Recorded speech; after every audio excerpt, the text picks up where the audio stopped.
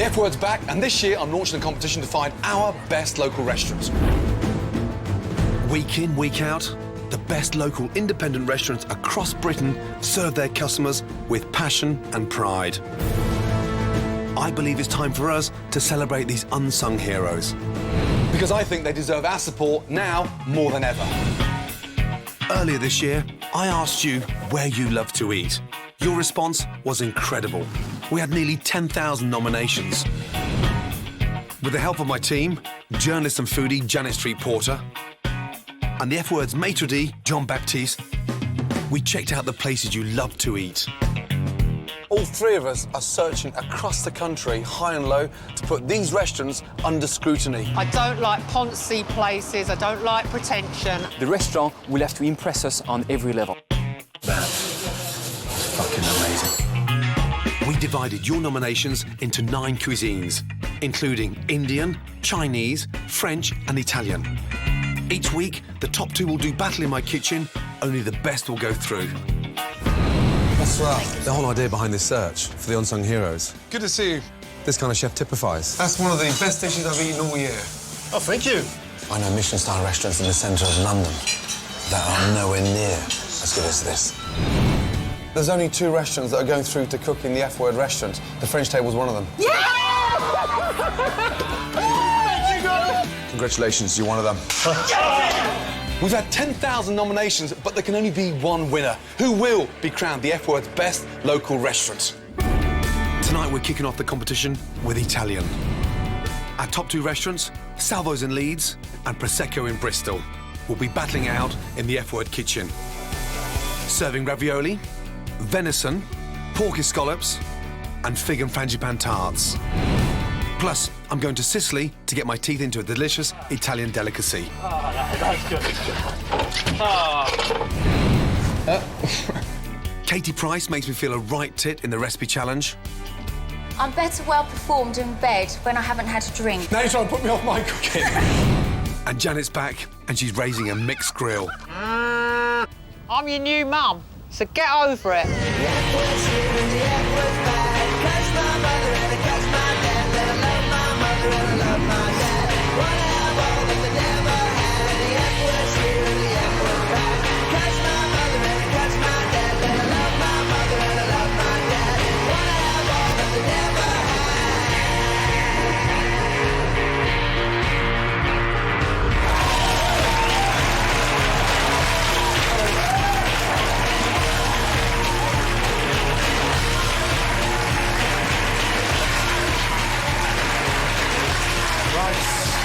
Excited? Very excited. Good. How does it feel to be in the F Word kitchen? Bit overwhelming, Bit overwhelming. but, you know, we're ready for it. Right. Diego, how are you feeling? Shitting myself, really. Are you ready to wow the diners? Yes, I am. Yeah? Good. One of you, OK, is going to come out as the F Word's best Italian restaurant. Make sure it's you. Prosecco from Bristol and Salvo's from Leeds are our top 2 Italian contenders.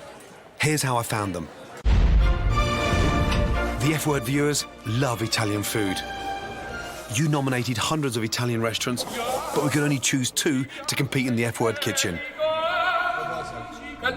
Determined to find the very best, we went to visit your culinary heroes, serving food just like Mama used to make. The search took us all over Britain. From Nottingham to Twickenham, Leicester to Leeds, Coventry to Clapham. Your fingers are so delicate. Huh? Yeah. It's like you're playing the piano. We discovered fantastic food and, in some cases, an exceptional level of service. There's an ad for a handyman in the ladies' loo. I'm blocking out his number in case it's not what it seems. After months of whittling down hundreds of nominations, we finally found 2 outstanding contenders. Salvo's and Leeds shone out. How are you? I'm very good, thank you very much. Good. Welcome to Salvo's. Like many of the best local restaurants, Salvo's is all about family. John and Jip are brothers. Their father, Salvo, started the restaurant in 1976, and 15 years ago, they inherited the business. Really, the restaurant's about feeling welcome, feeling that urge to lean back in your seat, to perhaps kick your shoes off, feeling that you've arrived home, and that's what we're about. Showing our passion for Southern Italian food and Southern Italian hospitality. Delicious. Every mouthful I'm tasting, I'm trying to find something negative, something wrong with it, that'd give a lot of Italian chefs a run for the money in London. Trust me. If we actually got through, it would be fabulous. I'd be really proud. They're clearly passionate, family-run, which is nice. Authentic, simple Italian cuisine, done with a great delivery of flavour. So I've made my decision. Beautiful picture there. Who is that? That's Mum and Dad in Salerno on the Lungomare. I think your parents are going to be incredibly proud. She's through to the next round. Go on.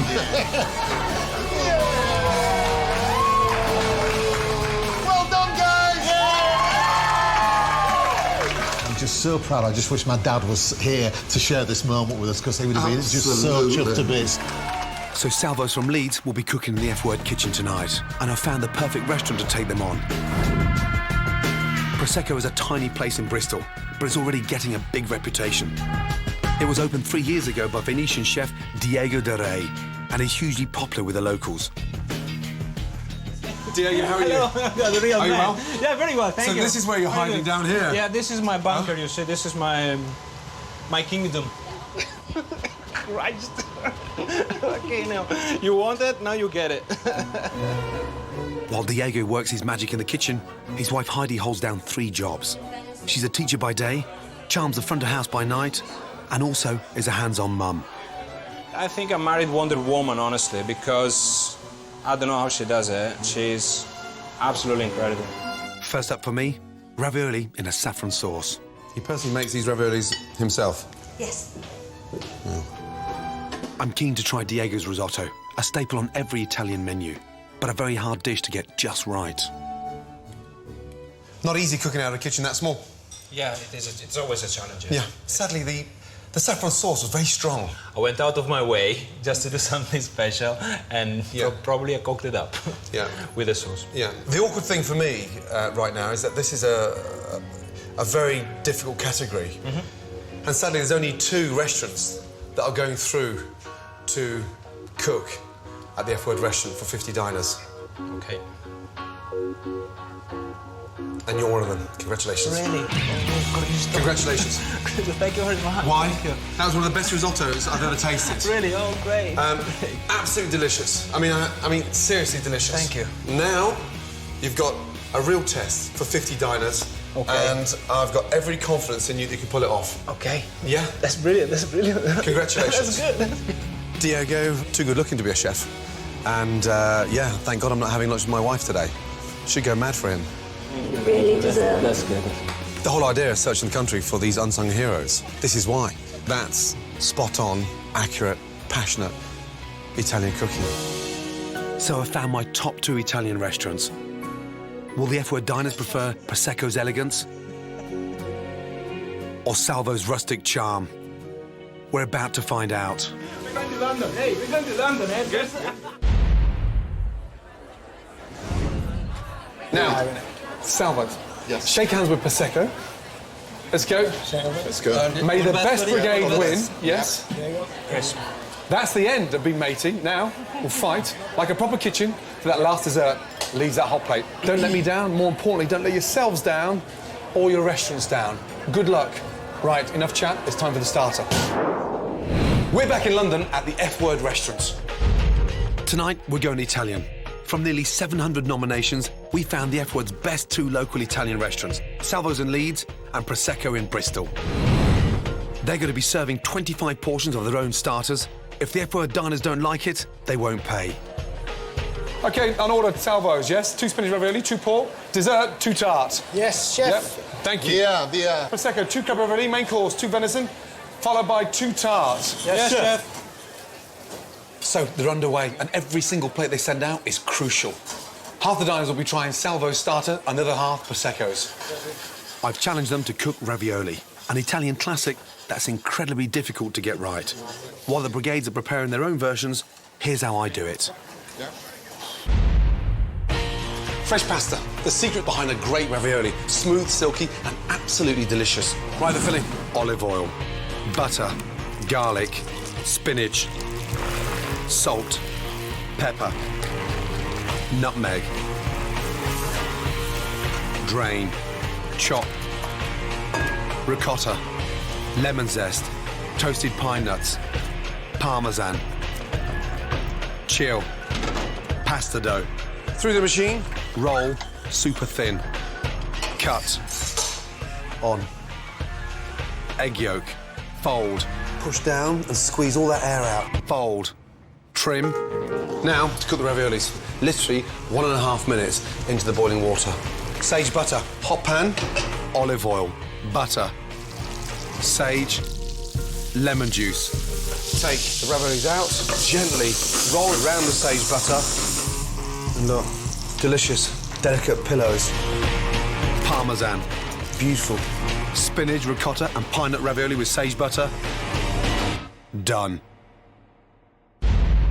Now, hey Diego, Jeff, having been selected as the best 2 Italian restaurants in the country, I know you can get every guest out there paying for your raviolis, OK? Make it count, yeah? Ravioli is a simple dish, but it's the one that really tests a chef because any flaws are immediately obvious. Both restaurants are cooking their own recipes. It'll be interesting to see who comes out on top. Salvo's in Leeds has been making pasta for 33 years. Their southern Italian food is rustic and charming. Cooking's not a chore, cooking's a joy. Salvo's are keeping it simple with the spinach and ricotta ravioli. They're making a type of pasta called fazzoletti. It's hand-cut and folded like a handkerchief. It'll be served with a simple tomato sauce, which they'll be thickening with a knob of cold butter. And the recipe originated from where? Well, it's a southern recipe, so... So it's rustic and It's charming. rustic. What are you finishing it with? Some fresh plum tomatoes, sautéed in a little bit of Don't oil. let me stop you. You can work and talk at the same time. I'm not a woman, I can only do one thing at once. No, but I'll have a bash. You don't sound that Italian. You've got a nice, broad Yorkshire accent. Well, I am fluent in Italian. What would you say to somebody if they thought that you wasn't Italian? Oh, man, that's a fangula kilobayes is what I would. And, There we go. Bon appetit. Thank you very much. Here's what I'm faced with. I'm faced with a sort of pretty boy ravioli from Milan and a rustic ravioli from Leeds. With a bit of But they're both very impressive. Pretty boy. First of all, I'm from Venice, not Milan. Fucking grumpy Italians. Jesus. Are you always like this? No, this is nothing. Diego's northern Italian roots means his food is elegant and sophisticated. Might appeal to, to not to everyone, but people loves it. So I think we're on something pretty much right.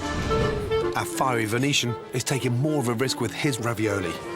Diego's using a delicate filling of crab, garlic and potato. He's using saffron in his sauce. It's an unusual taste, so Diego's got to get it just right. What would it mean to win tonight? Probably like winning the Champions League. You know, I think that would be the feeling, really. Gordon, this brush is not good. The brush? This brush, you see, leaves down this bits of plastic. You see, it's meant to be black one, no? What do you mean black one? Black hair brush, you know. This one. We'll just keep our eyes open for it. I'm not going to blame the brush. Yeah? Diego, a black brush is not going to make a difference, yeah? Yeah, it is make a difference because when you find when one of these hair is going inside, I won't be able to see it, no? Instead of a black brush, you're going to see it because like one of your hair there. From seeing the fucking kitchen you cook in Bristol, don't dare start slagging off this kitchen here. Okay. Let's get that right, yeah? Okay, you're right. For a man that cooks out of a fucking cubby hole. You don't have a kitchen here. You have a palace. Yeah, you know? no, it is a palace. I didn't expect guys like you to start complaining about a fucking pastry brush. Make 3 flat out of this kitchen. Right. I want this to be the best service of your life. All 4 of you, yes? Yes, chef. Yes, chef. 4 out, 4 in. Get 4 plates up. Good. How long, Diego, for the raviolis? 30 seconds. They're going straight into the sauce? Yeah, just put them straight into the sauce. OK, brilliant. You got 4 more rolling, yes? Yeah, 4 in. They smell fantastic, guys, yeah? Really good. As you can see, there's so much more to Italian cuisine than pizza. Here's one of my all-time favourite ingredients. This is Chef Alou on the beautiful island of Sicily, home to one of Italy's most delicious ingredients. It's octopus, and for some bizarre reason, we're actually terrified of eating it. God knows why, because it tastes absolutely amazing, packed full of flavour, and incredibly delicious. Beneath these crystal clear waters are hidden some of the best tasting octopus in the world.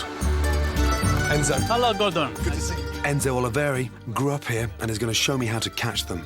I'm obsessed with octopus. We've had them in the restaurant for the last 10 years, from a carpaccio to a soup to the most amazing salad. Everybody loves octopus. When we have at the table the octopus, we go crazy for it. Right. Octopus can be tricky to catch, so to maximise our chances, we're laying pots just off the coast. The more you lay, the luckier you get. So there's no There's no bays or anything? No mussels, no cockle, nothing? Nothing at all. The octopus use the pots for shelter. I've heard they love shiny objects. Yeah, you're gonna put a coin in there.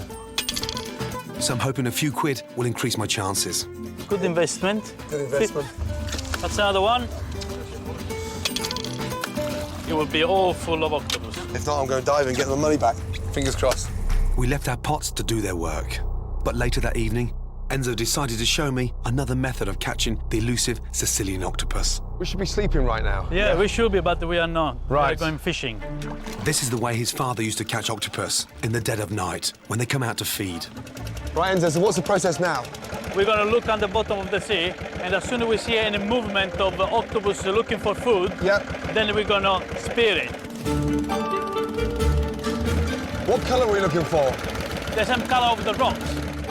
Finally, we found one. But as I moved in for the kill, the boat hit a rock. I lost my footing and the octopus disappeared. I was gutted. I got so close to it, I could almost taste it. My favourite Sicilian octopus recipe would have to wait. Next morning, following rough weather overnight and with more bad weather forecast, I knew I had to get out to my pots fast. There's a lot bigger swell on the water today than yesterday. So here we go. Yeah. Fingers crossed. 15 or 16 octopus. Here's the first spot. There's anything in there? Shit. Nothing. Not even the coin. Not even the... Oh, yes, there is. Yeah, the coin is in there. Here's the second pot. Second pot. Ah, shit.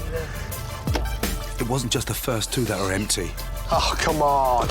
Now you understand why they are expensive to buy octopus.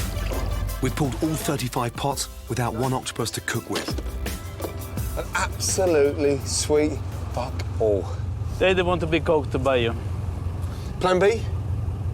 Yeah, I think I've got plan B.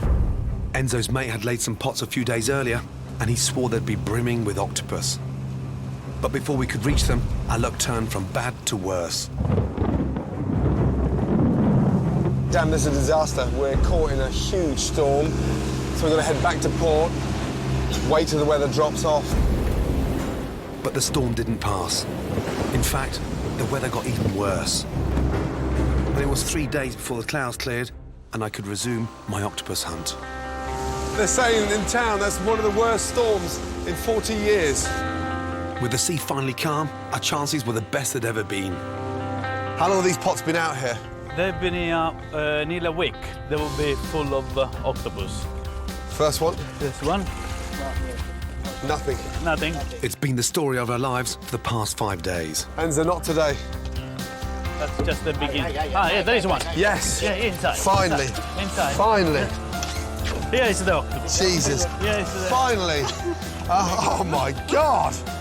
Jesus. Wow. We'd caught it the traditional way, so I was determined to kill it the traditional way too. Now, how do you kill them? Yeah, you bite this head. You what? You're gonna bite this head to kill it. There. Yeah. Yeah. Go ahead. Yeah. Ah. Oh, that's good. Oh. We finally got one. Yeah. Jesus, bravo. Oh, very good. Jesus. Nice one. Bravo. Finally, luck was on our side. Thank God for that. We pulled in another two, including a feisty 2-pounder. Oh, that's nice. Wow.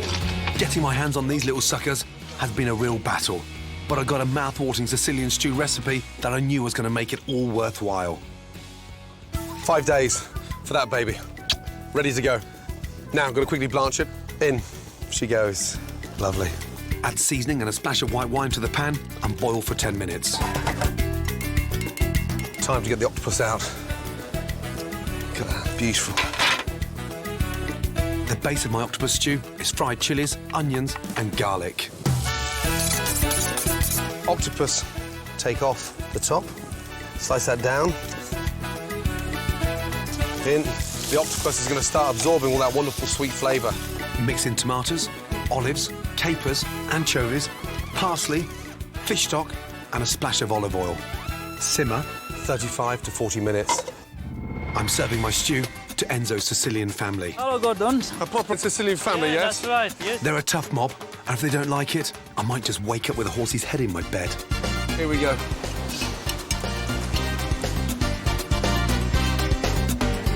I like it very, very much. It's Yeah? very, very good. Fantastic. Nice. You- Good.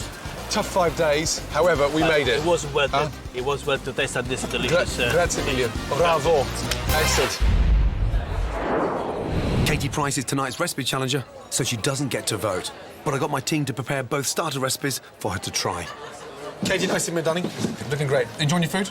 Lovely, absolutely lovely. Yep. We're trying to decide which one I prefer, the first or the second. Yep. If you had to pick, which one would you prefer? The crab one. The crab with the saffron, not too strong? No, lovely. Interesting. Good. Favourite Italian, what would it be? Do you have a local in Brighton? Donatello's. Donatello's. It's always busy in there. They've got so many different varieties of pasta and just different dishes. Is it the pasta, the soups, the tagliatelle, the ravioli, tortellini? I like tagliatelle, carbonara with peas, extra peas, mushrooms and more cream. Something you cook at home? I've never tried it. Really? No. Now, you're here for the recipe challenge. Are you excited? I am actually. Do you think you could beat me? Well, come on, that's a silly question. Did you steal this recipe from Mum? When I was younger, I always used to look forward to Saturday nights watching Murder, She Wrote, Blind Date with my chicken Kiev sweet corn and chips. Chicken Kiev, sweet corn and chips. Fantastic. Really good to see you. Can't wait to see you in the kitchen for the challenge. Good Yeah. to see you. Mwah. Excellent. Enjoy your dinner. So last table, Jib, yeah? Make sure that last table goes out, Chris, like the first table, yeah? Yes, well done. I'll with, Chef. Check you've got the parmesan there, ready to go. Yeah. Maybe a few more scrapings. Italian cuisine at its best, yeah? One southern, one northern. I can't wait to hear the feedback from the customers, yeah? Fuck me, this is going to be a close contest, I tell you. Absolutely fantastic. Really good. Jib, Chris, well done. Adam, Diego, well done. I thought the spinach and ricotta pasta was lovely. The sauce was really lovely, buttery, but light. I enjoyed it, yeah, I'll be paying for it. It was quite nice. All the ingredients and everything was very nice. I just thought the pasta was a bit undercooked. How were the raviolis? Yes, they're very nice. Yeah, very nice. And that was Salvo's Yeah, sort of Salvo's. tortellini stroke ravioli. Yeah. Kind of thing you'd see on Prosecco? No. We would. Something a little bit more refined? Not refined. Diego's would be a cleaner presentation. Yep. Are you going to pay for your starter? I am going to pay for my You are. starter. Glad to hear it. Good to see you. Thanks, Yeah? Gordon. See you later. Thank you. I thought the flavour was fantastic. Overall, it was quite a tasty dish. I felt it was slightly under-seasoned. It was lacking some taste in there for me personally. No, I won't be paying for the starter, no. Did you enjoy the starter? Yes, it was Prosecco? fine. It was fine. I think what it did is it just clarified the difference between Northern Italy and Southern Italy. Yeah. Southern Italy, it's all about letting the flavours talk Yeah. for themselves. Yeah. Northern Italian, a little bit, dare I say, a little bit fancy, a little bit richer flavours, different style. Very different style. The most important question, are you going to pay for it? No. No. Wow. Are you going to pay for yours? I'm not going to pay for mine. Hold on a minute. You both liked it, but you're not going to pay for it. It's just not of the... I mean, I'm being polite. It's just not of Yeah, the good I want enough you to be honest. quality. Enjoy your main course. Thank Good to you. see you. Thank you. Thank you, my darling. So, one wife is paying for the opposition starter and the other isn't. Right. Couldn't wait to try these and see what they're made of. Pasta's slightly a bit thick there from Salvo's. Really good flavour. Sauce, not too heavy. In terms of flavour, rustic and somewhat charming. Now, Prosecco's, you've got to try that. Pasta, nice and thin. Pasta's cooked perfectly. Sauce, vibrant. Got that wow factor. The unfortunate thing is inside ravioli, slightly bland. Could do with a touch more seasoning. What a shame. I like both dishes, but some diners have found a lot to criticise. I really don't know what the result will be. OK, JB, please. Right. OK, here we go. Thank you. OK, let's start off with Salvo. The number of customers that are happy to pay for your starter tonight is 19 out of 25. Well done. Congratulations. Thank you. So, JB, the 6 customers that didn't pay for their starter, why? Yeah, main reason the pasta was too thick. Did you both roll the pasta? I rolled it, so mea culpa. Perhaps I didn't get 1 or 2 lines. Yeah. However, 19 out of 25, well done. OK, Prosecco, for your starter. Out of 25 starters, the amount willing to pay for your starter is 15 out of 25. Well done. Hey. Prosecco, what happened? The crab meat was on the season. So, a slightly bland filling. Yeah, I should have put more. Simple. A bit of salt and pepper would have just made it better. Okay. You still got your signature dish to cook, and you can pull it back from the main. Okay. Okay. Head up. Okay. Salvos, you're in the lead. Yeah. It's a long way to go. Now, think of it this way: you've got 50 portions of your main course to go. Yeah. Okay. Pull it back, guys. Yeah. Good luck. Yeah. Welcome back to the F Word. Now, both restaurants are going to be cooking one of their favourite Italian dishes for the F Word diners. First up is Salvos. Check on Jib, 1 pork all'aceto, table 7. The recipe for Salvo's pork dish, maiali al aceto, is one of Jip's favourite dishes. Pork is my favourite meat, and it is, in fact, it's the king of meats. First, he cuts 3 medallions and pounds them into scallops. Next, he chops fresh mint, crushes a garlic clove and adds white balsamic vinegar. Then stirs in grilled courgettes. I can smell the garlic, it's just releasing its flavour just with the heat of that. And places in a hot oven to soften further. Jip blackens, then peels these peppers. Then coats his scallops in flour and shallow fries. I'm putting the peppers in and the capers. He then adds parsley, garlic, thyme and vinegar. Then some sugar, vital to balance the acidity. Now that the vinegar's done its work, a little bit of white wine, bit of stock, which I've got here. Jip finishes the sauce with a knob of butter. Here with maiale, table 5. Table 5 coming up, 1 maiale. Pork scallops with sweet and sour peppers, served. Why did you choose this dish? It's got a lot of southern roots to it. And, are you putting colour on the pork, or are you just lightly searing it? No, just putting a little colour on the pork, but it don't want to be too hard. It's a softer scallop. Yeah, good. There you go, your venison dish. You're using the loin. Yeah. So cooked so quickly, yeah? Yeah. You're serving that pig? Yes. Now, Prosecco are going to have to pull out all the stops for the main course because they're 4 points behind. But has he got a winning dish in that venison? Check on 1 venison special. Prosecco's signature dish is a venison fillet with polenta and pancetta. First, Diego sears a venison fillet, then flambés with gin. Diego then roasts it in an oven for 6 to 8 minutes. Next, polenta. In Italian homes, this is traditionally cooked slowly, but in a busy kitchen, Diego uses a quick-cooked polenta. Just as delicious, but cooked in minutes, not hours. My grandmother would be horrified if I were using something like this. It's like betrayal. Next, Diego fries onions, carrots and celery. Then adds crushed juniper berries, which complement the gin beautifully. They will give a nice gin kind of edge to your meat. Diego adds a bay leaf and some rosemary. Allora. Then pours on a glass of red wine, letting it reduce before adding venison stock. Finally, he pan-fries pancetta, adds blanched cabbage and crumbles in chestnuts. You have salt, pepper, and then there is a bit of sweetness and funny stuff with the chestnuts.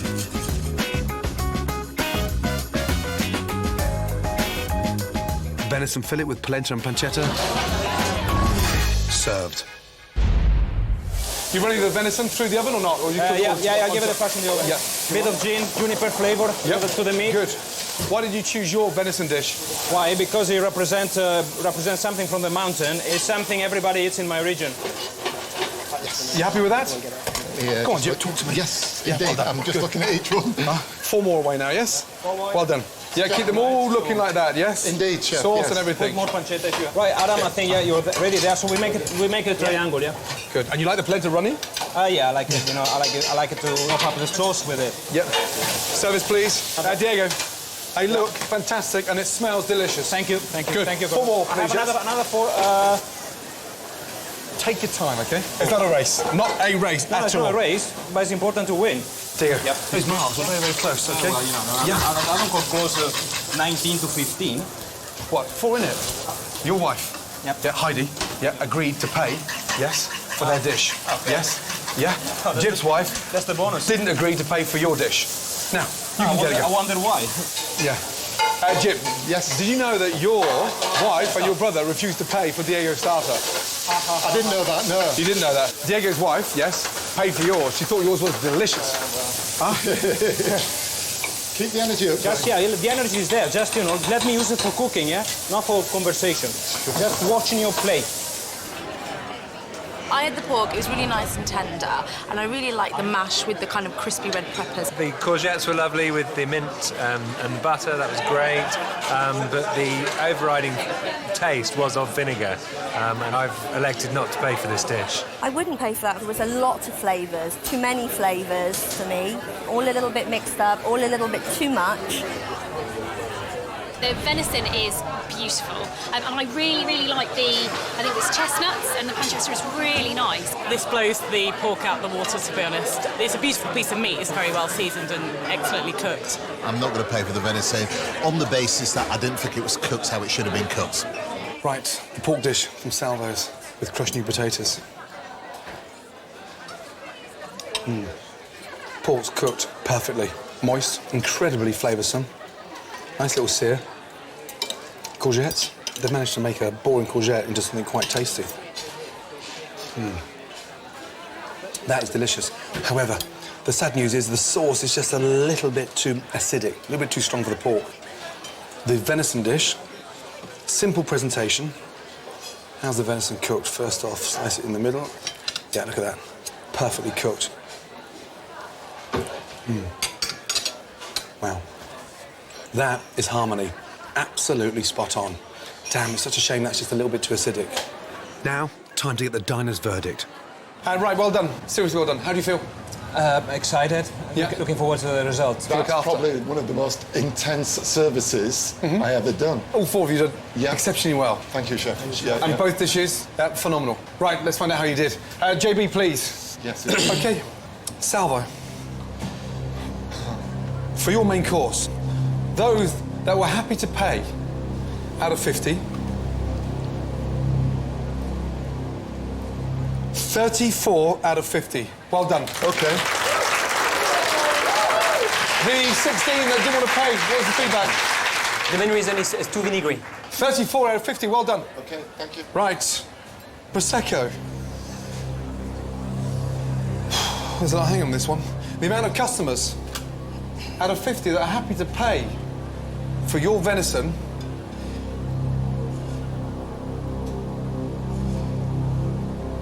$40 out of 50. Congratulations. What was the feedback on the 10 that didn't want to pay? What was it? Not enough sauce. Not enough sauce? And not very keen on the polenta. I mean, how can you complain about? Hey. Totals. So far, Salvo, your restaurant scores 53 out of 75. Prosecco, your restaurant scores 55 out of 75. Yeah. You're now in front. That is tight. Very, very tight. And it all comes down to dessert. Clear down, get ready for dessert. Well done, guys, yes? Really well done. Come on, Prosecco. Right, Janet's back, and she's not just rearing one animal. This time, she's rearing a whole mixed grill. Last year, Janet became a farmer for the first time, rearing 2 veal calves. Ah! Stop gumming me! Now, I'm challenging her to raise all the meat for the series finale in the F-Word restaurant. In total, she'll be raising over 30 animals. It's going to be a huge challenge. First up, I've sent Janet to choose some cattle to provide me with some top-notch beef and dairy. But not just any cattle. I've selected Dexters, a miniature Irish breed, which when fully grown are still only half the size of a normal cow. Penny Hodgson is one of the UK's top Dexter farmers, and she'll be giving Janet help and advice on the breed. It's like a Shetland pony turned into a cow. Might just find that you fall in love with them. Doubt it, Penny. Janet will be taking away 2 pint-sized milkers. Get off. Both come with calves. The only thing when you're milking short-legged Dexters is the fact you have to bend quite a way. It's a long way down. A good milking cow should have a healthy udder and a placid nature. Ow! Ow! Naughty girl, I'm so sorry. Fucking thing just kicked me in the leg. She is feeding 2 calves, and she might just think that somebody else is sneaking in and trying to get a little bit of milk. That was just a real one-off. She is, I would say, one of the most placid girls in the whole herd here. Oh no! Did you see that? That placid woman just headbutted another animal. I like a bit of spirit, so I'm going to choose her. Next, I wanted to pick a couple of male Dexters called steers for beef. I've asked Janet to choose Dexters with good frames, long backs, and the beginnings of fatty pads on their rumps that will fill out and give superb, dark, richly marbled meat. Are you a bit of a Gordon? Yes, you are Gordon, aren't you? How many animals is that altogether then? You will have 7 little Dexters. Oh. That's right. The 7 cows are happily loaded up for their journey to their new home. It's the 8th cow I'm worried about. As far as I'm concerned, I didn't sign up to get kicked and, you know, knocked about by them, and I think there's too many of them. But if anyone can keep this unruly bunch in check, Janet can. I'm your new mum. Yeah.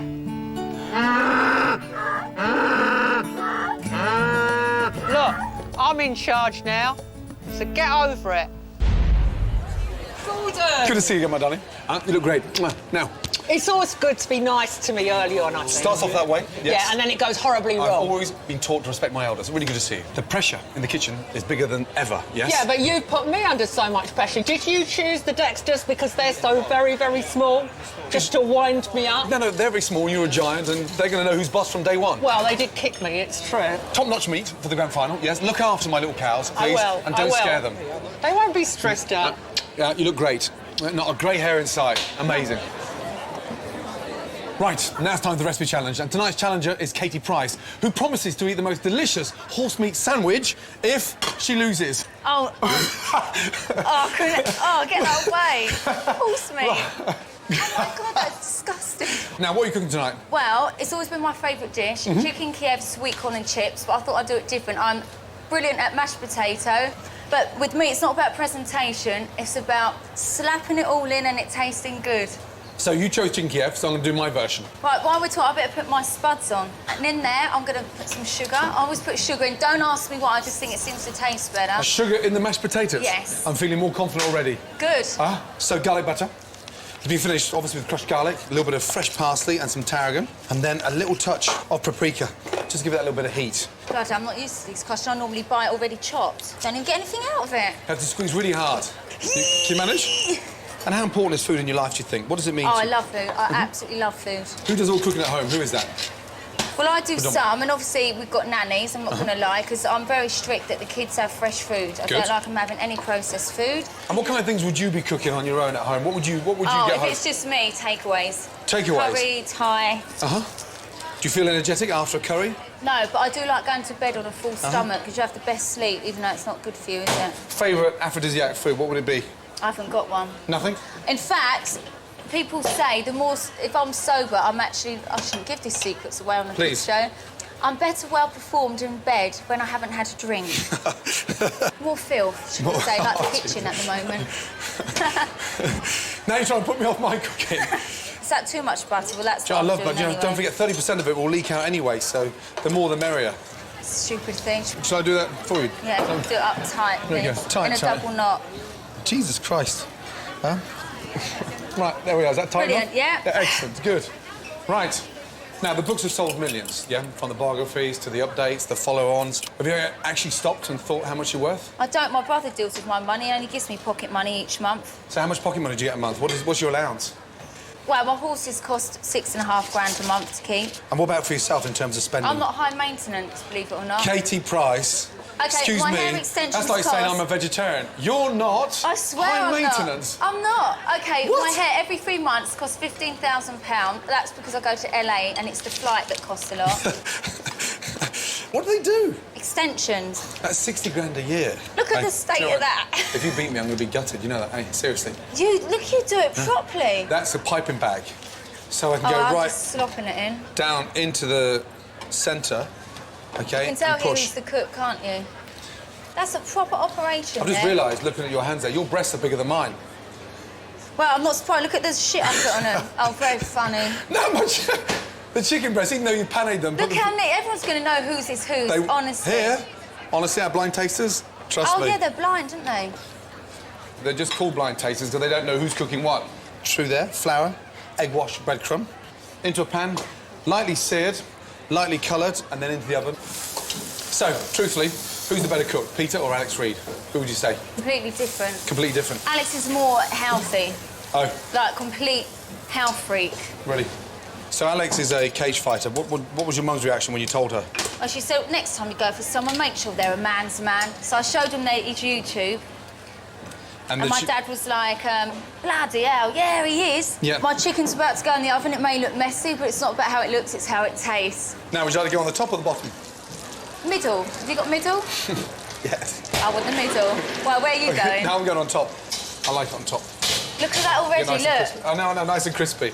Right, now they have to cook for 10 to 12 minutes, then the blind tasters will pick a winner. There can only be one. Excited? Oh, very. Yeah? I'm shaking with excitement. Right, now time for the results of the recipe challenge.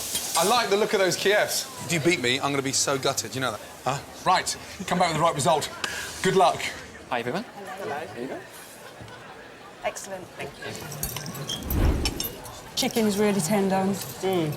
Just the right amount Garlic of garlic. butter's lovely. It's quite dry. For the texture of this one to that one. It's really sweet mashed potato as well. I do prefer the taste of the potato, though. It is a lot more buttery. Right, JB, what was the score? It's 5-0. 5-0. If you beat me 5-0... No, I'm serious. No, if you beat me 5-0 on this one, I tell you, my career's screwed. But come on, 5-0 to who? Don't do this to me. So the winner is... Yes? It's you. Look, do you know what? Yes! 5-0? Yeah. Thank God for that. I saw the sugar and the mashed potatoes going in, and that's when I started to realise I've got it. Yeah. Now, get out of my kitchen, and don't forget this little horse sandwich. Nice, thanks. Nice to cook with you. Mwah. Yeah, likewise. Mwah. Good to see you. See you, Take bye. care. Right, now it's time for my dessert.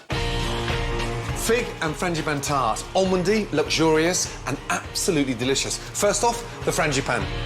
Butter, icing sugar, sift, ground almonds, beat, 2 eggs, mix, chill, puff pastry, cut discs, prick,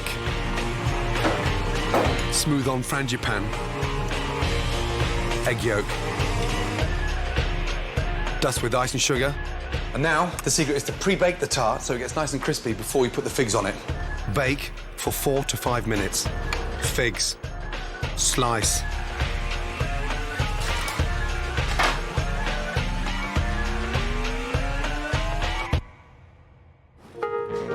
Bake, mascarpone, ice and sugar, lemon zest, mix. And now, a nice spoon of lemon mascarpone on top. Fig and frangipan tart with lemon mascarpone. Done. Salvo, let's go 4 tarts away on table 1, please. Diego, 4 tarts away on table 4, please. Yes, chef. Let's go. There's only 2 votes in this one. Come on, make it count. Use a nice warm spoon so it spreads out the frangipan on the bottom, yeah? As soon as that ice and sugar's on there, make sure the pastry goes straight in the oven. Jib, I want these absolutely perfect, yes? You want too much vinegar in your sauce? That's your fault. This, I want absolutely perfect. Diego, Jib, keep it going, yes? Yes, chef. Yes, There's only 2 votes in this, yeah? That's how close it is. Jib, they look beautiful. Yes, yeah? They look chef. beautiful. Thank Let's you. go. Servers, please. 5 tarts away on table 5, yeah? Let's go. Okay, nice. They look lovely. Go on, Diego. Keep the pace up. Let's go. Come on, come on, come on. Who's going home as a winner? Who's going home as a loser? Come on. Down to the tart. Questo mi due. Right, Diego. Servers, please. Table 1, yes? Let's go. Very nice. Let's go. Right, good. Table 1. Prosecco started this course really well, but unfortunately it's gone a little bit pear-shaped, whereas Salvos are taking it steady, but they seem to have a lot better organisation. This, right now, is too close to call. The tart was really fabulous. It was fresh, the mascarpone was fabulous with the lemon zest, and it was lovely. This is a great dessert, this one here. It's 2 votes, that's all that's in it. We can pull this back at this stage. The pastry was quite light. The figs were spot on, and the mascarpone had a really nice zing to it as well. My dessert's lovely, really nice. The puff pastry is perfect, very crisp, so this is beautiful. OK, results. Here we go. Thank you. There's only 2 votes in this. It's all down to dessert. OK, Prosecco. The amount of customers that are happy to pay for the dessert is 16 out of 25 that are happy to pay for the desserts. Well done. OK, good. Salvo, if you get more than 18 out of 25, then you've won. Good luck to you all. The amount of guests that are happy to pay for your desserts is 20 out of 25. Congratulations.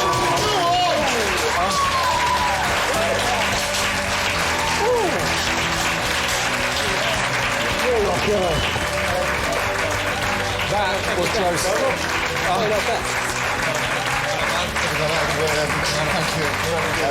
Salvador, congratulations. You and your restaurant are the winners, yeah? Really well done. Yes?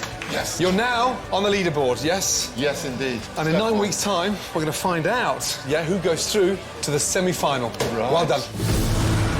The F Word's back, and this year I'm launching a competition to find our best local restaurants. Week in, week out, the best local independent restaurants across Britain serve great food with passion and pride. I believe it's time for us to celebrate these unsung heroes, because I think they deserve our support now more than ever. Earlier this year, I asked you where you love to eat. Your response was incredible.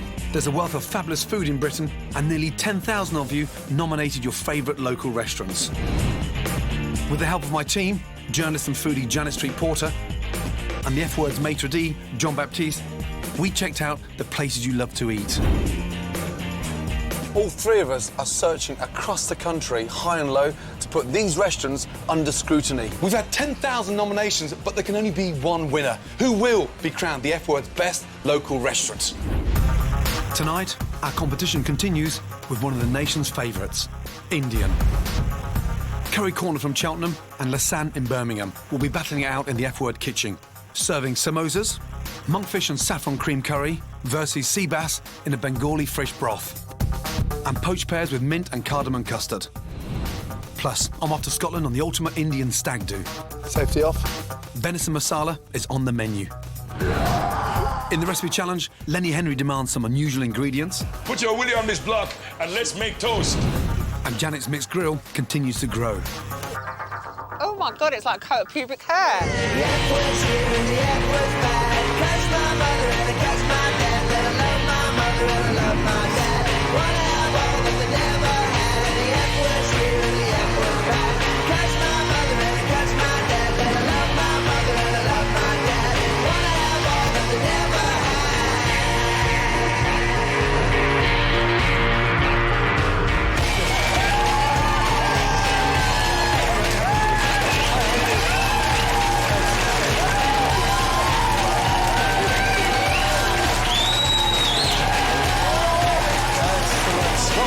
Kitchen, how are you feeling?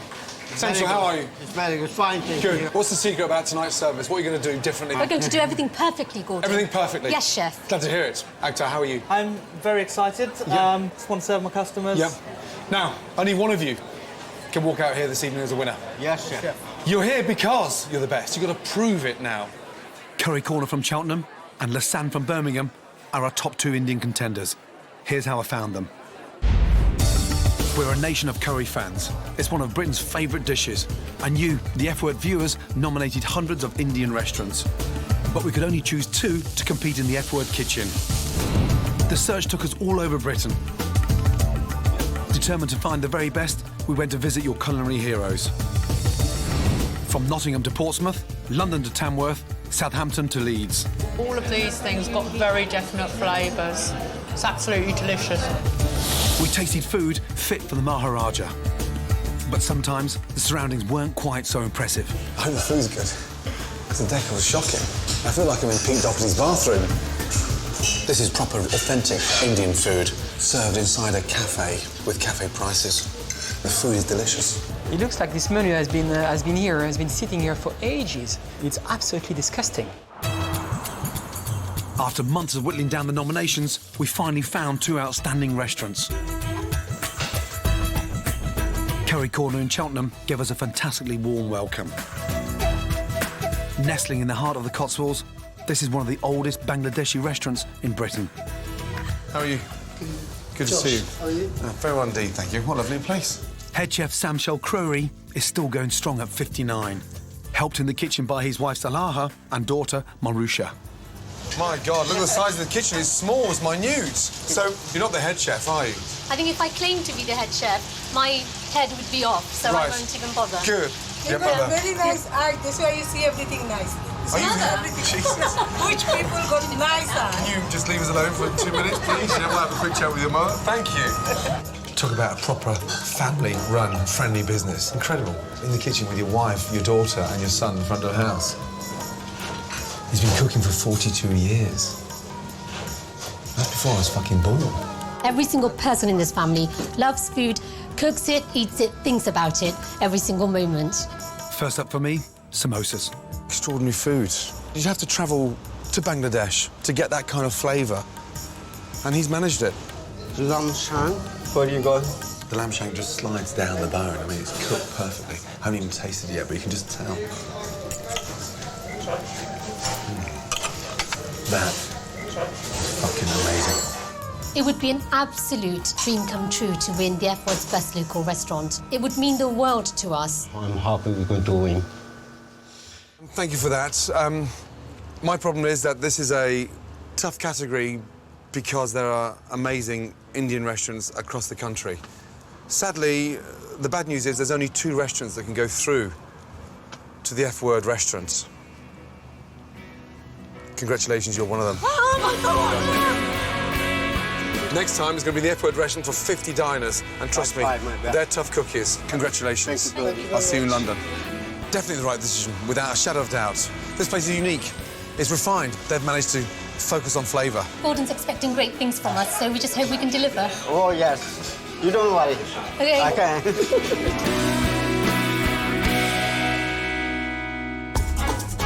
So, Curry Corner from Cheltenham is through. And in a group with such high standards, we found a brilliant and worthy opponent. Lassan in Birmingham. Good to see you. Good to see you. Stunningly stylish, Lassan is a city centre favourite. Head chef Akhtar Islam was just 22 years old when he opened the restaurant with his best friend Jabba. The young guns from the Midlands are determined to be different with cutting-edge cuisine. For Birmingham, we were the pioneers. We were the first restaurant to break away from the mainstream and offer alternatives to your boltis and your tikka masalas. That's exquisitely presented. Finesse. Very competitive. We set out to be #1, and hopefully one day we'll make it. Whole baby. Chicken, thank you. Wow, with fried ginger.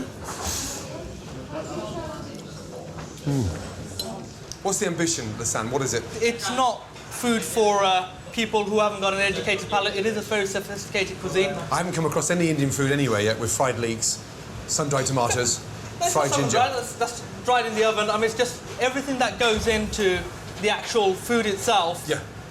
That is as authentic. Ultimately, we're trying to bring the food forward a bit. So you're looking for a Michelin star, or are you looking for... I'm hoping to get a Michelin star, yeah. That's the plan. I love his arrogance because he reminds me very similar to myself, 15 years ago. The biggest problem that you have today is that you're trying too hard. The arrogance versus the confidence. You've got a little bit of me in there. And there's only 2 restaurants that can go through and cook in the F-Word. And you're one of them. Congratulations. Chef, thank you very much. Just... I do want to kiss you. Yeah. Woo! We done it! I mean, it's amazing. It is probably the biggest thing that has ever happened to any of us. I definitely think I've made the right decision at Lassan. One hell of a cocky chef, young, but bloody talented.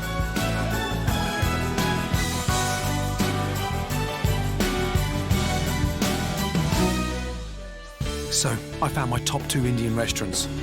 Will the F-Word diners prefer Curry Corner's traditional charm, or Lassan's ambitious modern take on Indian food? Who will be crowned the F-Word's best local Indian restaurant? We're about to find out. Now, both teams are going to cook 25 portions of the starters and make sure those customers pay for your food. Right, yes. Excited? Yes, chef. Yeah? OK, let's go. On to your stations, let's get ready for the starters, yeah? Let's go. Yep. Next on the menu, I'm up before dawn on a mission to bag a deer for my venison masala. Are we ready? I was born ready. And in the recipe challenge, a jealous Lenny Henry squares up for a fight. You had a snog with my wife.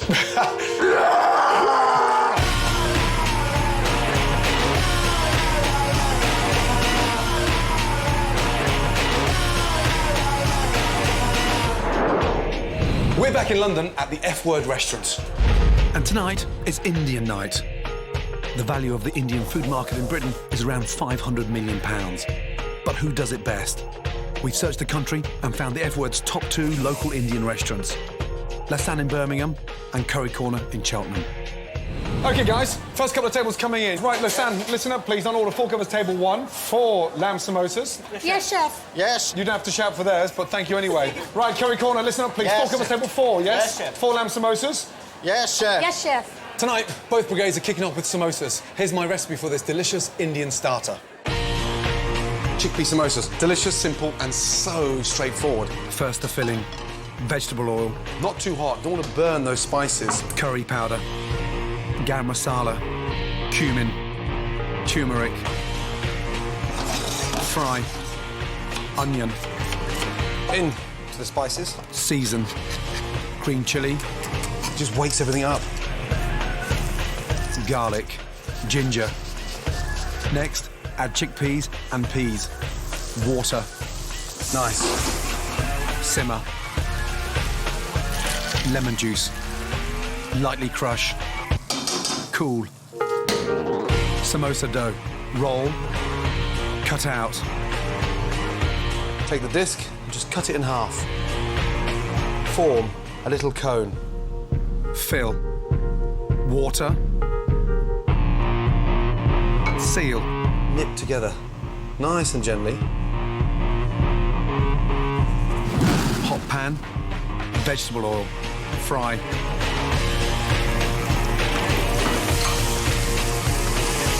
Salad, Out. chickpea samosas with salad and raita dressing. Done. Guys, this is not a race, OK? It's a restaurant. Akhtar, Yes, chef. give me time on the first 4, please. Ehsan, first for how long? 2 minutes. Thank you. Yes, chef. Good man. Excellent. Both restaurants are cooking their own samosa recipes. It'll be interesting to see who comes out on top. Lasan in Birmingham pride themselves on taking authentic Indian cooking in an exciting and modern direction. It's an old boys club, and we are the new generation. For their lamb samosa, they marinate the meat in raw papaya paste for 24 hours to make sure it's exquisitely tender. And they're using a special kind of thin biscuity pastry called nimki, adding nigella seeds for an aromatic flavour. Akhtar, the filling inside the samosa is Lamb, and that's spiced with the usual, you've got chili, turmeric. braised. It is braised, but then what we do, we totally evaporate all the sauce, and then we just pound it, mix it with some mint and coriander, and it's just put into the pastry. Very I think you'll enjoy it, street chef. food. Yeah, I hope the diners like it as well. Those first 4, Akhtar, look That's fantastic, we've got yes? 6 coming. Well We've got done. 6, and we've got Now, you're using a cutter for yours, yeah? Yes. OK, and what's the secret behind that? The secret behind it is it'll just seal the pastry off. Yep. And also, this is how it's made at home. Family-run Curry Corner in Cheltenham have been serving their traditional home-style Indian food for 32 years. We've got probably 100 years worth of cooking experience between all of us. Our family's all about food, and I don't think you can beat that. For their samosa filling, Curry Corner cook the lamb with roast spices, cinnamon, cardamom, bay leaves and cloves. For their dough, they're using a light whole wheat flour that can be rolled out into a much thinner pastry. This recipe is actually my grandmother's original recipe. Wow. So it's a lot more home style It's my as opposed to Lasan. any of my cooking. I mean, samosa, any of my cooking Yep. is my home cooking. I always follow my mom's step. Yeah. They look fantastic. Away now. 5 more, please. Yes, they look chef. beautiful. Well done. Akhtar, so you're quite a modern, young cook. Thank you very Does much. it annoy you when lager louts turn up to the restaurant expecting a chicken tikka masala and a beer? It does annoy me. It's not something that, an experience that I have to endure very often. Indian food can offer so much more, so why take up menu space with a tikka masala? Right. Simple as. In my kitchens, I'll never serve that. You'll never serve a chicken tikka masala? Never serve a chicken tikka masala. If you try my masala, I challenge and nobody makes in UK my masala. You have the best I masala? challenge any chef. You challenge Akhtar? Any chef. Yes? Any chef. How long have we been cooking, Shamshul? 40, 41 years. 41 years. How old are you, Akhtar? I'm 29, chef. Yes, chef. When was the last time you ate a chicken tikka masala? Out of curiosity, about 12 years ago. How was it? Horrible. So I didn't like the amount of food colouring in there. I thought it was totally unnatural in colour. Do you want Shamsul to email the recipe for you? More than welcome, but it wouldn't find its way into my menu. I mean, Akhtar, I don't use any colour in my restaurant. What colour is it? Natural colour. What colour is it? Rice I cooked here is natural. The colour is curry, like a lovely orangey colour from all the caramelisation of the browning of the onions and all the rest of the masala. You freshly grind the spices down in, release flavours, and it'll colour up the curry naturally. All right, but if you said it was red, then I'd probably say... we didn't tell you that, so that's fine, okay. that's well done. But what I would say, I mean, when you mentioned the tikka masala from Bangladesh, they don't even have that practice of cooking in Bangladesh. They don't use the tandoor. Apart from having... Oh, Jesus! Akhtar, you don't know nothing about Bangladesh or India. Let's agree to disagree. And Akhtar is an Indian snob. Yes? OK? Yeah, I need 2 tables of 4 from you, yeah? Yes, and we'll go in the boxing ring coming. after. OK? I fancy my chances, chef. Oh, my God. Now, everybody loves a curry, but as Akhtar would tell us, there's so much more to Indian cookery than a chicken tikka masala. Over 6,000 Indian restaurants in the UK serve 3 million happy customers a week, but the vast majority of dishes they offer are either chicken or lamb. Thank you. It's all delicious, but I believe with such a limited range of meats, we're missing out on a world of culinary opportunity. And to prove this, I'm going to recreate a true Indian classic, using a piece of meat that you won't find on your average Indian menu anywhere: venison. It's a wonderfully rich, gamey ingredient that's a perfect match for highly spiced flavours. I've come to Scotland in search of the finest wild deer for my delicious new dish. One that deserves a place on any Indian menu: venison masala. I'm hunting with Mo Barak Jan, who regularly stalks deer up here. Most Indian restaurants use halal meat, and I'm keen to know how wild venison can be halal. Mo's a Muslim hunter, and he's going to show me how he does it. What was it attracted you? Why? Why do you want to start shooting? Well, it's mainly really sort of the sort of hunter-gatherer kind of thing, you know, shooting for your own food, taking it home, taking some venison home and cooking it up and having beautiful food. Joining us is Jim McCurlin, who's going to help us track down a deer. If you spot one and I haven't seen it, just go, and that's all. I'll hear it, yeah? Don't point at it. Don't point, don't raise any hands. Are we ready? Let's go. I was born ready. But deer are elusive creatures and incredibly difficult to shoot. And what could spook him? Noise, scent. After 2 hours, Jim spots our first deer. See those tall trees up there? Yes. He's just out. He's just come out. Here he comes. He's running along the bottom. Fuck, I still can't see him. There he is. Top left. See him? Oh, yeah. Yeah. Just as I'm getting ready to take the shot, I lose it. Gordon, that deer won't be coming back now. Little bastard, come back. Shit.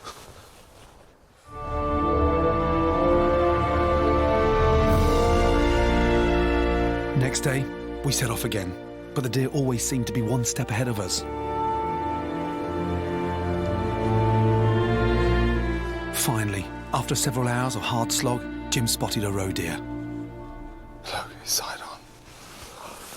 Come on, let's go. No, stay there.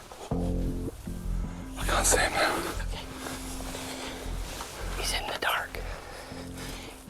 Wait till he turns sideways, Gordon. Safety off? No. Yep. I follow up with a second shot. He's dead.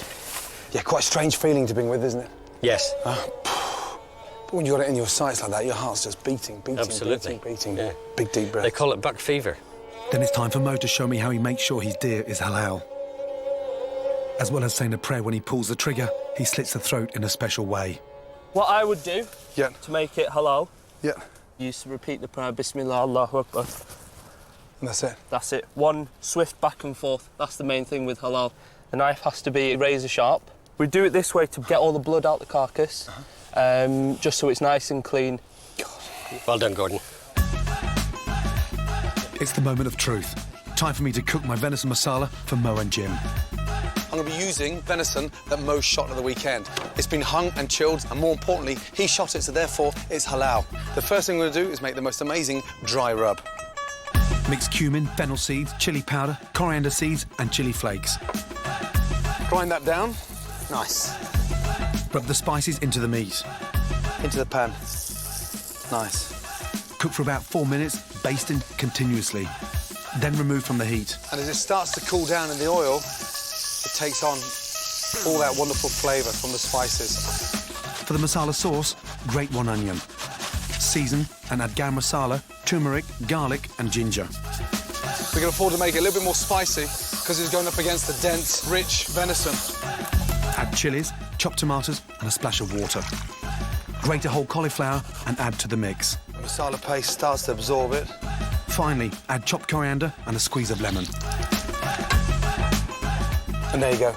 No, that's not worth 6 hours pissing around in the bushes. I don't know what is. But I'm really keen to find out if Mo likes my venison masala. It's good, that. You like that? That's good stuff. That's what I want to see, that smile on your face. That's good stuff. When you think of venison, everyone thinks it's associated with posh dinners, but... I've always thought it goes quite well with the Indian spices, Indian nice. cooking.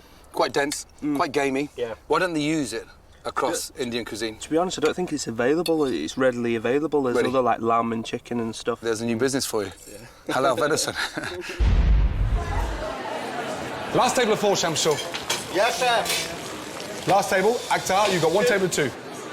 Last 2, yeah? Goes out like exact same as the first 2, yeah? Yes, last table, good. Well done, Shamsul. Yes. Well done. I really enjoyed the starter. All the flavours worked together. The meat was really, really tender. The coating was really nice and crispy. It wasn't too spicy, just a nice balanced dish, really flavoursome actually. I was really, really impressed. Now, how do you think he's doing tonight?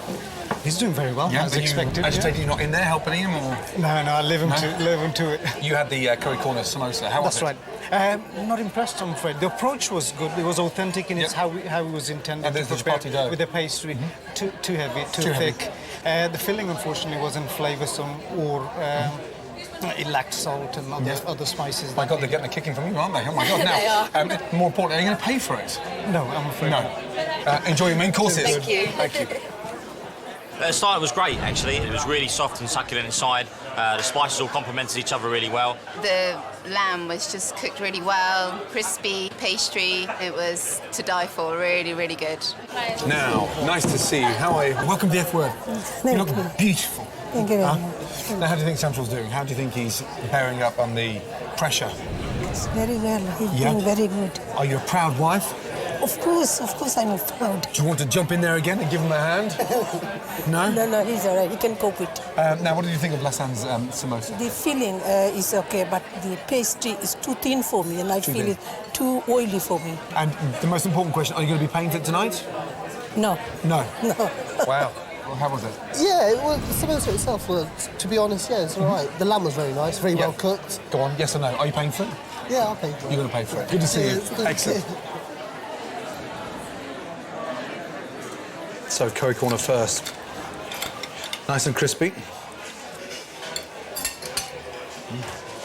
Pastry's fantastic. The samosa filling, I want it to be a little bit more spicy. It's a shame because you start cutting through the pastry and it's like, wow, crispy, delicious, blistered all over, and then you get to the centre and it's not as exciting as the outside. Now, Akhtar's. Inside, peas, braised lamb. Wow, that's delicious. It doesn't actually look like a classic samosa. However, the flavour is extraordinary. Right, time to get the scores, yes? How well do you think you did out of 25? Shamsul, how many customers? I think I done very good. Akhtar, how well do you think you did? 25 out of 25, chef. 25 out, I love your confidence. OK, right, JB, let's go. Here we go. OK, curry corner first. The number of customers, yeah, out of 25 that are happy to pay for your samosa is... Wow. 18 out of 25. Well done. Thank really you. Well done. Really good. 18. Really good.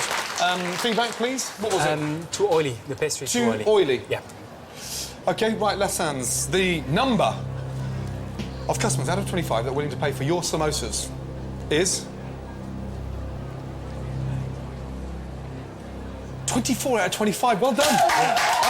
Really well done. Really well done. That is fantastic. Really good news. Really good news. Well done. Now, here we go. 18 out of 25. Yes. And 24 out of 25. Yeah, 2 very good results. Good. Clear down. Get ready for main course. Let's go. Well done.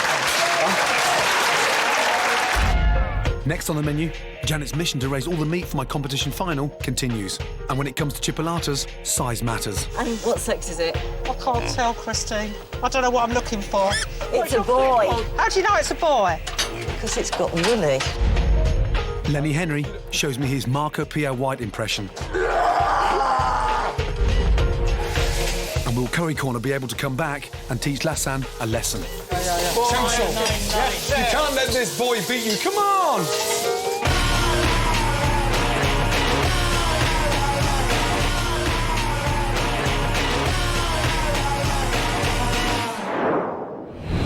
Now, both restaurants will cook their main courses with F-word diners. First up, Lassan.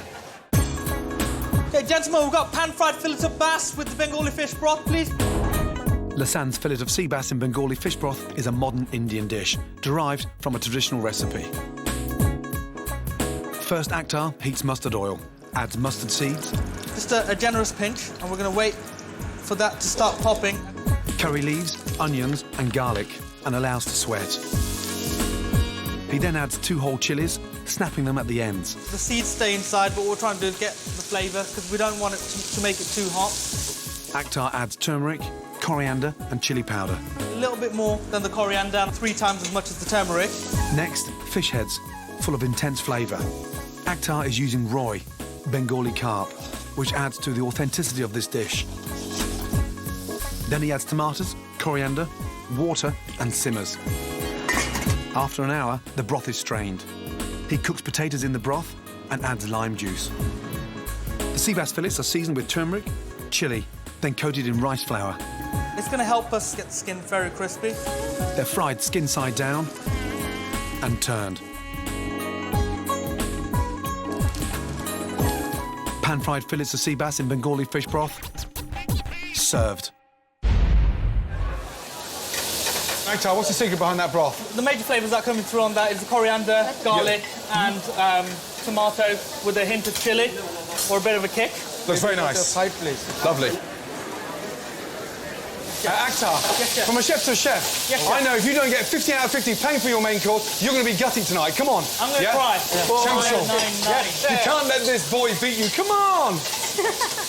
This is what Curry Corner have on tonight's menu. Curry Corner's signature dish is monkfish in saffron cream curry. First, Shamsul fries some fresh garlic and ginger. He then adds salt, cardamom pods, cloves, bay leaves, and stirs in a whole crushed cinnamon stick.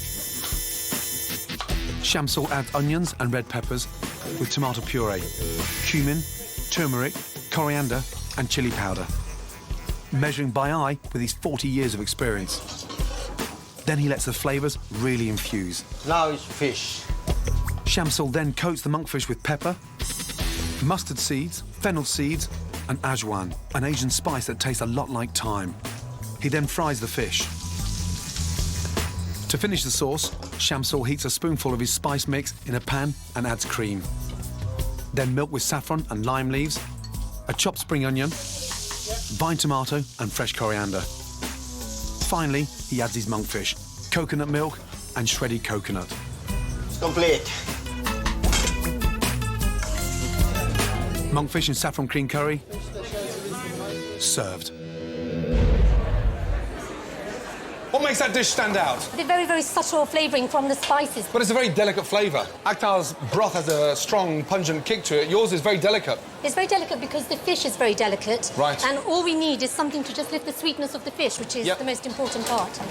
Each dish is looking like the first. Let's go. Well done, Shamsul. Yeah, Service, thank please. you, chef. Service, please. Let's go.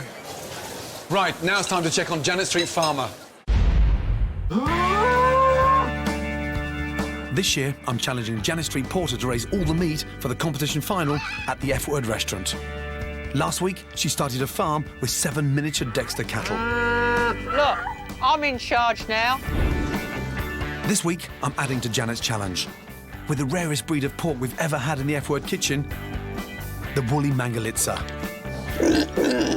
To help her choose 3 piglets, I've sent her to meet an old friend, pig expert Christine Coe. I've forgotten my wellies, so I hope they're not going to be very wet. Is that a pig? That is a pig. Looks like she's wearing a wig. You sure this pig hasn't got a toupee on? No, look, give her a stroke. Do I have to? Has she got fleas? No, she'll be all right. Mangalitsas were first bred in Hungary in the early 19th century. Closely related to wild boar and with a nervous temperament to match, Mangalitsas produce beautiful meat with a stronger, gamier flavour. And as the fattiest pig in the world, they're perfect for salami, cured loin and bacon. They are? Oh, it's so wiry, isn't it? It's wonderful. Oh, my God, it's like a coat of pubic hair. Well, not like any pubic hair I've seen. Anyway, enough about the sow. It's time for Janet to meet her piglets. This was taken just over a couple of weeks ago. Ugh. It's not. There's the first one. Oh, God, looks like a little rat, doesn't it? Yeah. So they're so tiny when they're born. Absolutely, but they're straight right into the teat. So they're highly intelligent. They are. They always sniff the mum's bottom because that's how they recognise them. Oh, no! It's all about bottoms. Well, I know they're going to be tasty because I've just eaten a sausage made from one of their ancestors. 6 weeks have passed, so they're ready to go to their new mum. And Janet's 3 now not-so-little pigs are arriving in Yorkshire. Oh, sorry. Before they can go into the brand-new pen, Janet needs to give them a quick health check. Can I wear these? Yeah, I'm not going to wear them because I need to be able to feel Christine, to grab. you're at one with pigs. I'm on a learning curve. Oh, calm down! Now, we have to try and stay very relaxed around them.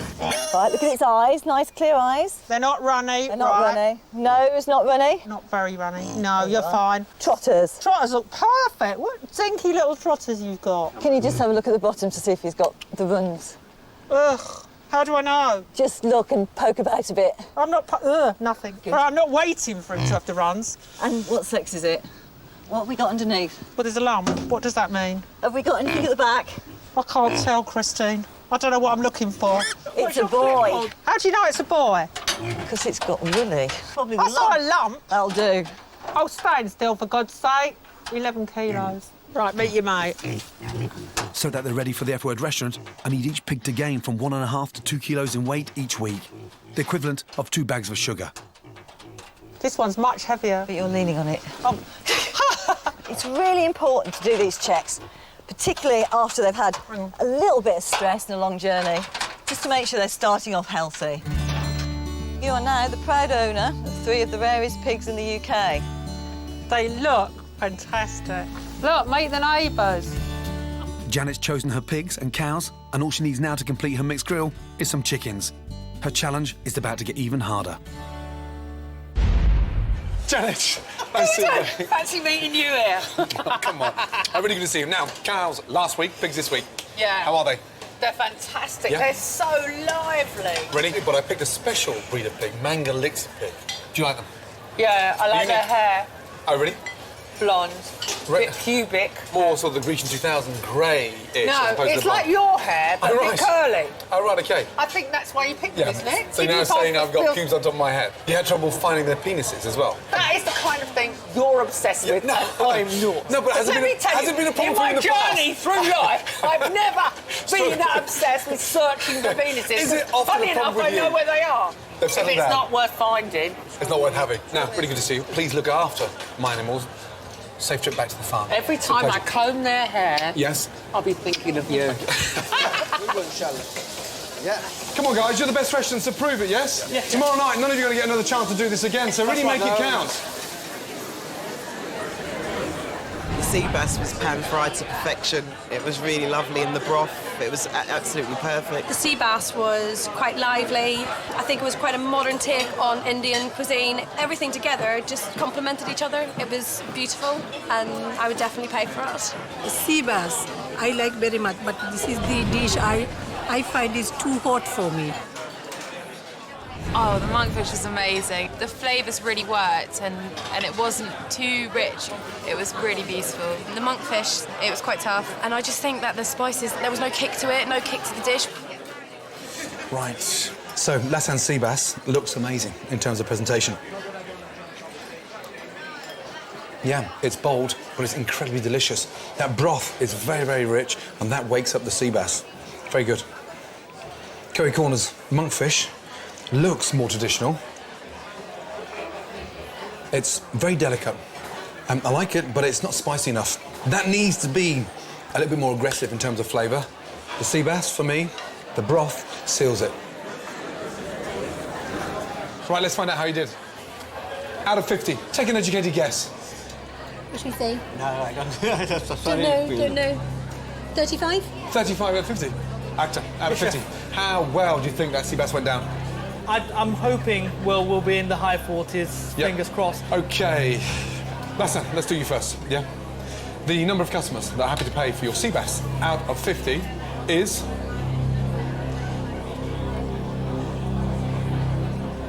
...40 out of 50. Well done. Really well done. 40 out of 50. Really, really well done. That's good. Really well done.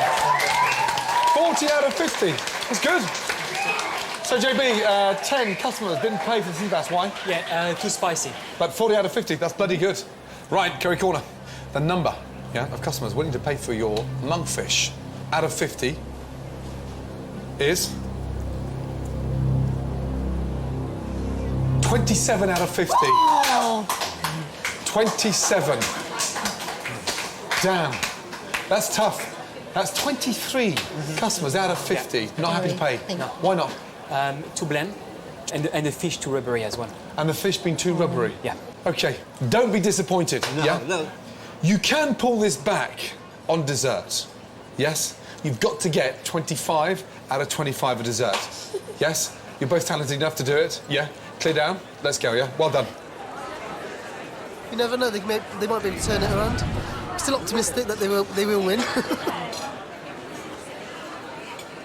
Now, he's one of Britain's most loved comedians. Is his cooking as good as his jokes? I'm about to find out. Are you ready? Yes, very excited, very happy to be here. I'm going to cook some Jamaican food. I need dumpling, I need pumpkin, I need yam. Yes, chef. Now, what are you cooking? I'm cooking pepper pot soup. My mum used to cook it, and it's just something that Jamaicans have. She used to serve it in a tureen for each member of the family. It's why our family's so big. We just go, come on now, the food ready. Get a spoon. What are you making over there? I'm going to do my childhood favourite soup, Scotch broth. Oh, Scotch broth? Yeah, using mutton and barley.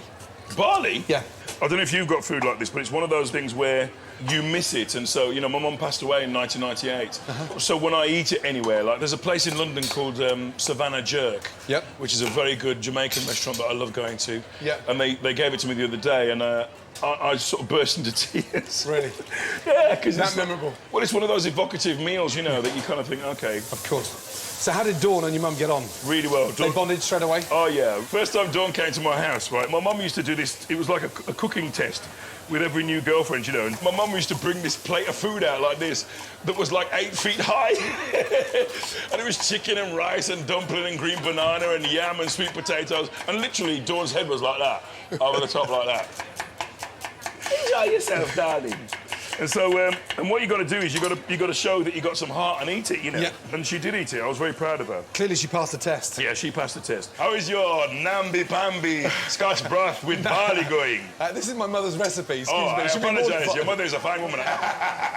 So Scotch broth, like Lenny, I'm going to be using a mutton, partly cooking the mutton in a light stock for 20 minutes, so it gets really nice and tender. The important part, bring it up to the boil and skim the top. Vegetables, celery, carrots, swede turnips, and then barley. OK, what I've done is I've put the meat and the kidney beans in to boil. It says boil, typical Jamaican. Boil the meat and the beans for 20 minutes non-stop until them done. And then put in the vegetables and let them simmer. So I'm doing the meat bit first. You've had some fantastic reviews from Othello. Is Othello a character that you can relate to? I can relate to him a lot, actually, because he's the only black guy in the village. One of the first schools I went to, I was one of 3 black kids in the entire school. If anything got stolen, they'd just go, black kid! Black kid 1, get over here. Did you do this? As you know, Dawn was a guest in the F Word, which I had the most amazing snog.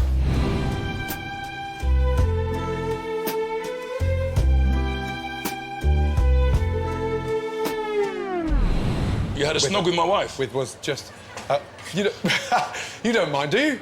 Yes, I do mind. Put your willy on this block and let's make toast. She left something. Did she? Would you give it to her when you see her next, please?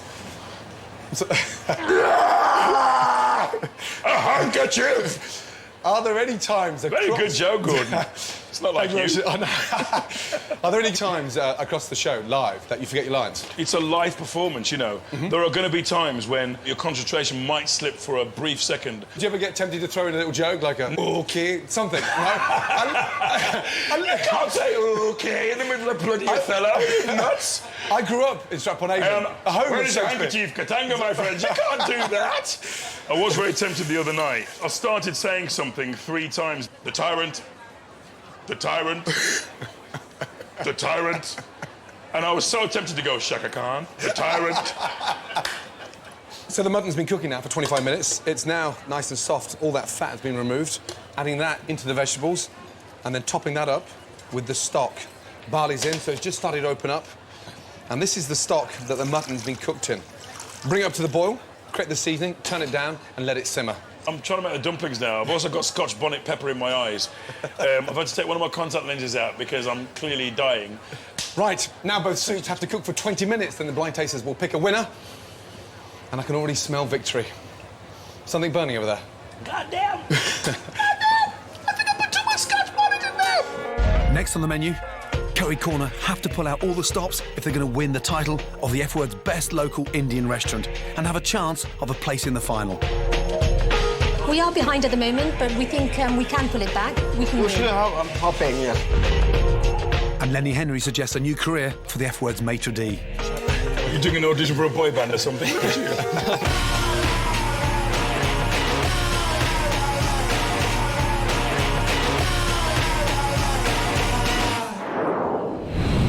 Right, welcome back to the F Word. Now, time for the results of the recipe challenge. First, we've got to plate up.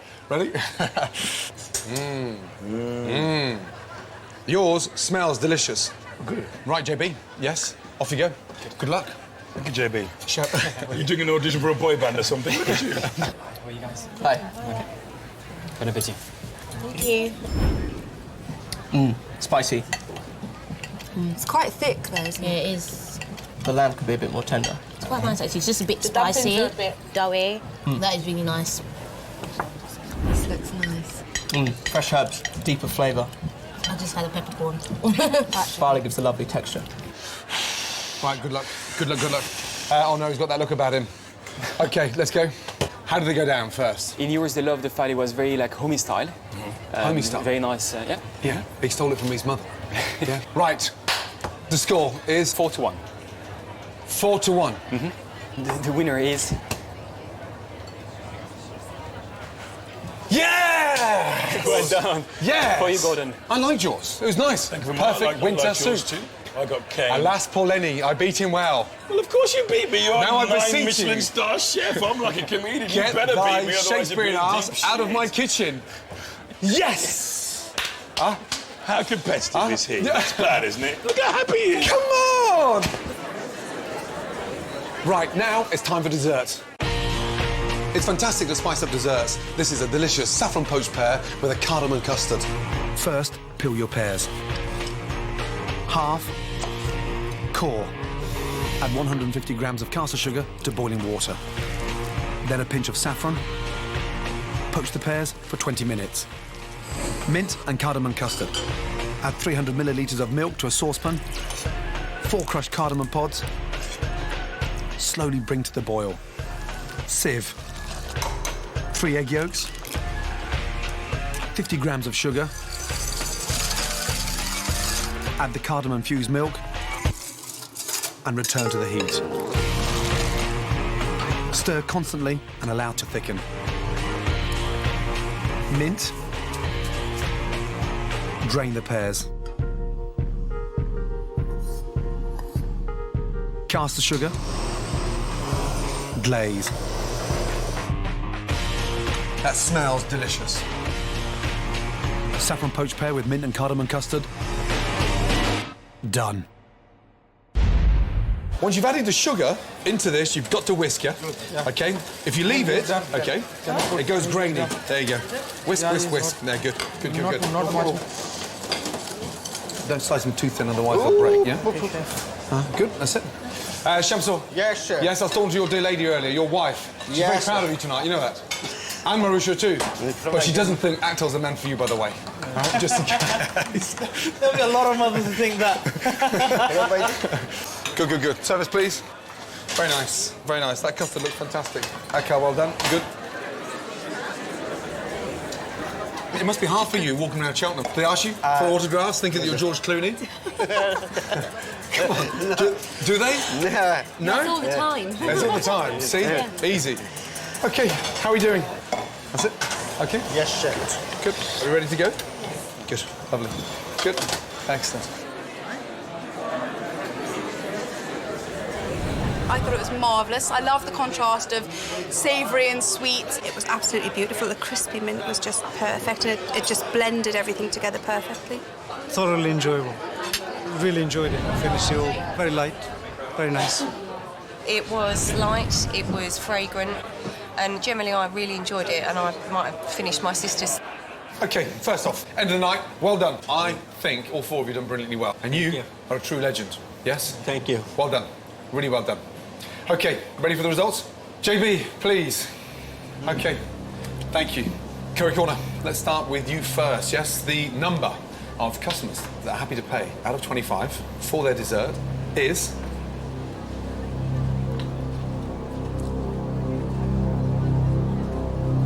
...19 out of 25. Well done. Really fantastic. Huh? That's great news. That means, in total, you have got 64 out of 100. Well done. Right, really well done. Really good indeed. OK, last time. This is a big moment. It is, sir.